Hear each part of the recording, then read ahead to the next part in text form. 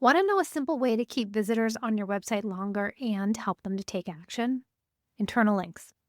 That's right.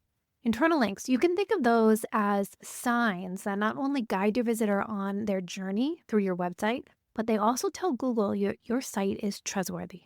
And here's what's really interesting. When your website visitors click around, they're spending more time exploring your content and learning about you and your business. And by doing that, it sends a signal to Google that your website is valuable and that people are really enjoying their time there. And what that means is that Google is going to think your content is very important and they're going to send more visitors from Google over to your website, resulting in better visibility in search results. And the cool thing is, it's not just about SEO, search engine optimization. Strategic internal linking guide your visitor naturally towards taking the next step to work with you, the action that we want them to take on your website. If you think about it, when someone's reading your blog post and then they're clicking through that internal link to learn about your services, to learn more how you can work with them, and then they're booking a call, it's all because you internally linked and showed them the way to do that. And I love seeing this work for my clients. Today, I want to share exactly how to add these pathways, these internal links to your website, and there'll be simple strategies to help both your visitors and Google love your website even more. Welcome to Website Design Made Simple, the podcast for busy small business owners who want a high-performing website that converts and sells their offers, even while they're sleeping. Because you deserve to have a strategic and beautiful website that truly represents your brand and positions you as the expert that you are. I'm your host, Jenny B, web designer and creative director at Jenny B Designs, where we believe that your website is the one thing that makes you sales and builds your brand at the same time. Ready to say goodbye to a website that you're embarrassed to share? And hello to a money-making, personality-packed powerhouse? Let's head into today's episode. Hello, welcome to the pod. I'm so excited to have you here. My name is Jenny B, if we haven't already met, and I own Jenny B Designs. We're a brand and web design studio.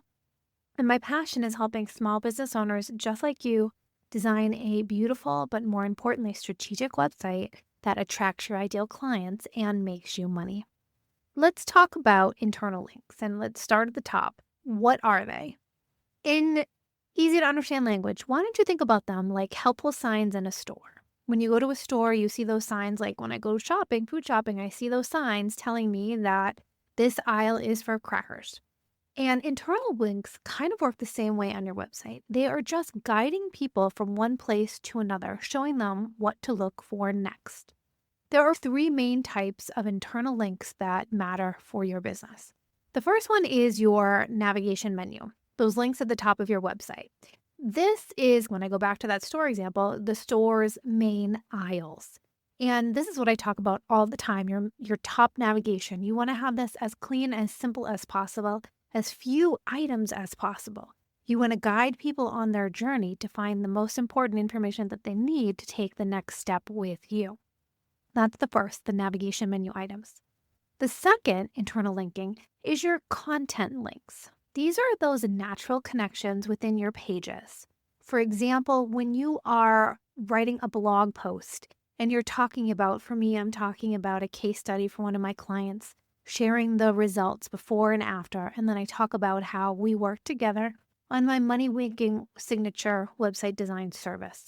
I would probably link the words money-making website design and link them to my services page. So when you highlight words in any of your paragraphs and link them to a different page, that's the content links for internal linking. It's saying, oh, do you want to learn more about this? Here you go, and linking them to the next place. And then third are your what's next button. I usually put these in the bottom of every single page. I always say, don't leave any dead ends, which means when you get to the bottom of every page in your website, there should be a call to action guiding your visitors to take the next step in your process. Whether it's to get to your services page, or if they're on your services page, perhaps to book a call, most likely they are in the form of a button at the bottom of this page, the next step links. They also appear in every section or every other section on any page of your website, because I always say I'd like to have a call to action in at least every other section, just guiding people to take the next step. These are your what's next internal linking. When we go back to the goal of internal linking, it really is twofold. The first one is to guide people through your website to take that logical next step with you, getting them to where they can decide that they want to work with you or to contact you, perhaps buy the thing that you're selling or get onto an email list. Whatever that main action is, that's what you're trying to guide people to. That's the first. The second goal is to keep people on your website longer, so it sends those trust signals to Google, telling Google that your website is trustworthy and then hence helping you in the search engine rankings and Google serving your website to more people so that more people can come to your website. If we're thinking about the internal links and where they have the biggest impact, I want to talk about content links first. And these are the natural connections within your pages.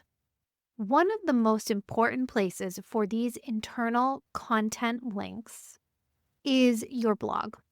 The goal of a blog is to share your authority, share your expertise, to educate, but it most likely is using some keyword research to get new visitors from Google to your website.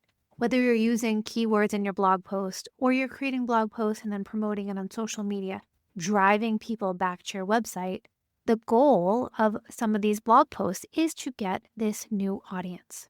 And when you have this new audience coming to your website, they're coming through the blog post that you shared. They're not coming through your homepage. And they're reading this blog post. And this is one of the most important places to add these internal content links. You want to think about when you're writing your blog post, what can be related to this blog post topic that you can link to? There should be a natural link opportunity. If not, for example, if I'm writing a blog post about website conversion tips, I most likely am using the words website design as I'm writing the post. The content linking that I could do could be linking the words website design back over to my services page. That is content internal linking. And I'm sharing ways that you can increase your conversions. And one of the ways is having testimonials on your website. I have a lot of content that pertains to testimonials. I have multiple blog posts about it, and I have podcast episodes. What I can do is link to those blog posts or link to those podcast episodes about the testimonials. So I'm internally linking those words to these other blog posts. Thinking about how you can internally link on your blog post and kind of making the spider web of the content, because it does those two pieces that we wanted to do. First, it's guiding people on a journey through our website, hopefully resulting in whatever action that we want them to take. But secondly, it's keeping them on your website longer, giving those trust signals to Google. That is a great place to add some internal linking on the content side. I also want to talk about the internal links for your navigation menu. I talk about this a lot. This is your store's main aisles of your website. You want to make sure that you are using as few items as possible. You don't need to have home up there as an option because people know when they click the logo, they're taking home. But good options to have are services, about, contact. If you have resources, that could be another one. If you have multiple resources like I do, a podcast and a blog, think about using drop downs under resources so that at the top nav, you only have that resource option. Same goes for your services. If you have multiple services, bucket them under services. You want that navigation menu to be as few items as possible, and you want it to be your main aisles, like that store. You don't need to get in depth and in detail. For example, you don't need your FAQ up at the top. People aren't ready for frequently asked questions when they first land on your website. They probably want to go down the services aisle, learn about more about what you offer, and then they start asking questions, and then they want to see FAQs on the shelf. You can link to it there, but making sure that this internal linking for your navigation menu is clean and simple. And then the third type of internal links are those next step links, like I shared about before. The bottom of every page, at least. There are no dead ends. Look at every single page and make sure that you're guiding people to take the next place in their journey. Also making sure that at least every other section has a what's next button. If you're using your home page, for example, when you land there in that hero, you have your headline, your subheadline, and a button, that call to action, taking them to the next step. Then perhaps you have your next section that has copy, and then you have your third section. I want to see a call to action, a button, that next step internal link, in at least that third section, taking people to the next step in their process. Maybe they want to learn more about your services or more about you on your About page. You are linking them there, ensuring that there are next step links on every single page. And a bonus tip is that your blog post page should also have a next step link. We talked about those internal content links on your blog posts, linking those words in your posts. But think about the bottom of your blog post. Most likely you have a blog post template. Can you add a next step link at the bottom of that page? Do you want to send people to your services to learn more about how they can work with you? Do you have a freebie that you want to share about and you can link them to that at the bottom of the blog post page? Think about adding those next step links to the blog post page. I kind of brainstormed a little bit and I want to share with you some fun, creative ways to use internal linking on your website.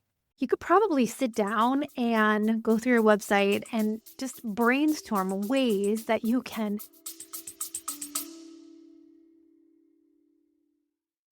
Quick question. Are you frustrated with your website? Not sure why it isn't converting? I would love to help. That's why I offer my website coaching calls. In just 50 minutes, we'll uncover what's holding your site back and create a plan to fix it. Whether you need help with design, content, or strategy, I'll give you the clear steps to move forward. Click the link in the show notes to book your coaching call today, and let's make your website your best marketing tool. Now back to the episode. Keep people on your website longer. I am sure that you have so much content and you can spiderweb people back and forth, here and fro, throughout your entire website. But here are a few things that I came up with and I wanted to share with you. If you have a resources page, you could create a Start Here page that connects people to your best content. I could think about it for my website if I wanted to have a Start Here guide, and I could create a page that has my best podcast episodes, and perhaps I want to have a group of my blog posts on website conversions. I could group it by conversions. I could group it by marketing tips and processes, whatever categories that I want. But I could create a page on my website that just shares my best content. It's that resources hub or get started here page that can spiderweb people off to a number of different places. That's a great use of internal linking. You can send people to, your greatest hits podcast blog posts and then making sure that you're internally linking from post to post so that people just never stop their journey. Another way you could do it is if you have a case study. I use my blog posts for case studies. And I shared this before when I'm talking about how I worked with someone perhaps on a website audit and what we identified and then the changes that they made. I would be linking to my website audit services through that case study. Someone reading about this really exciting case study, they might want to say, oh, I really could use a website audit for my business. And then they would click on that link to learn more.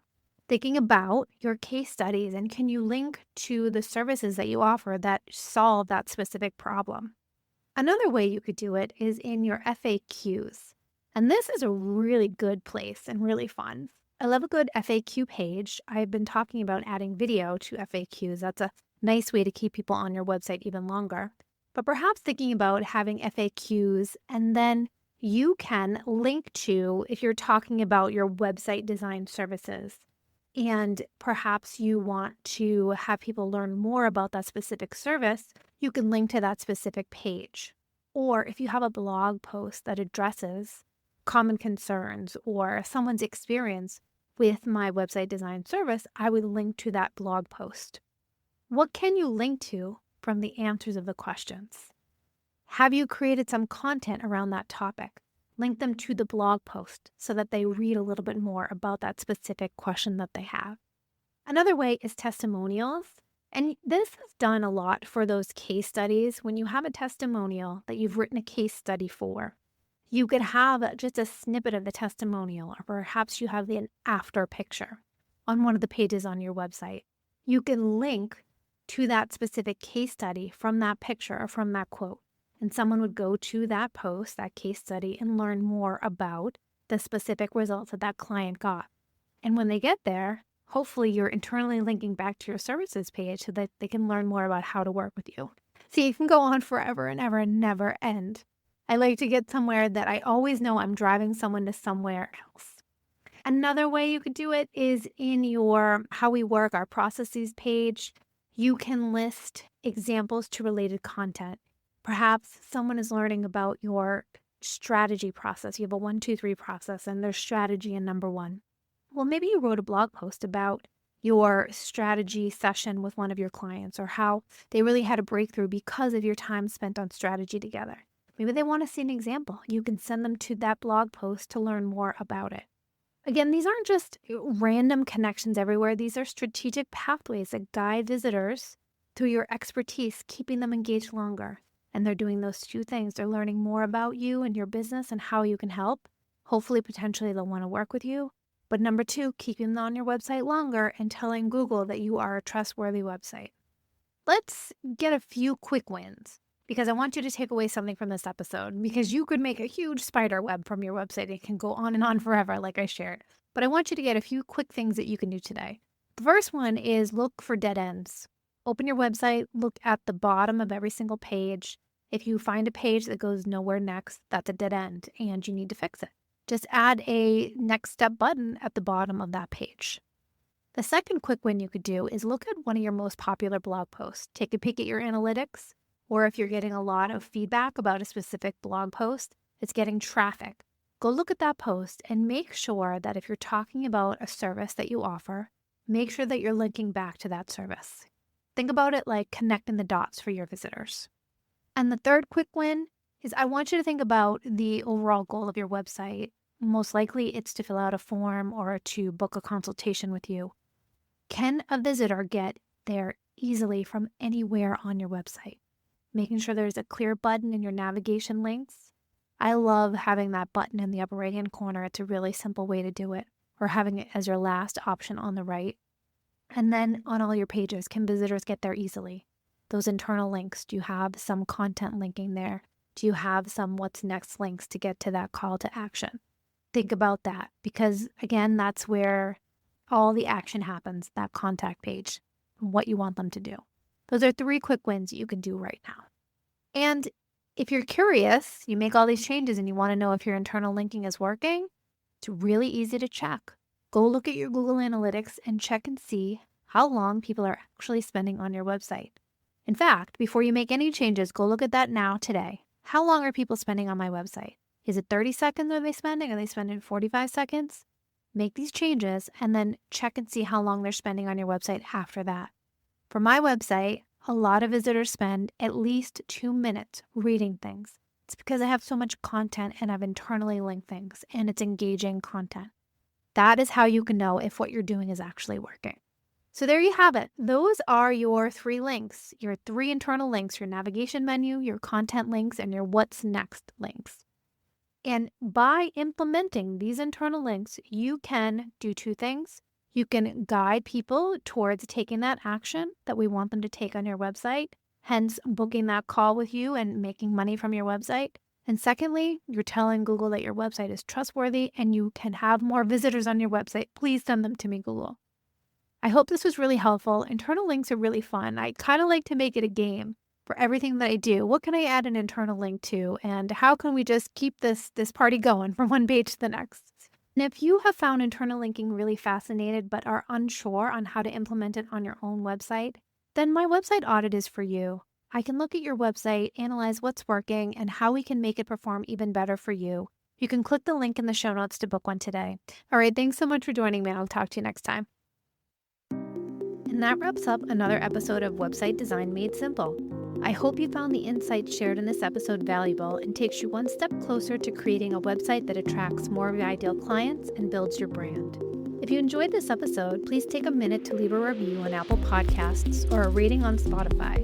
Your review will help us reach more small business owners like you who are ready to make more money with their website. Thank you so much for listening, and I'll see you in the next episode.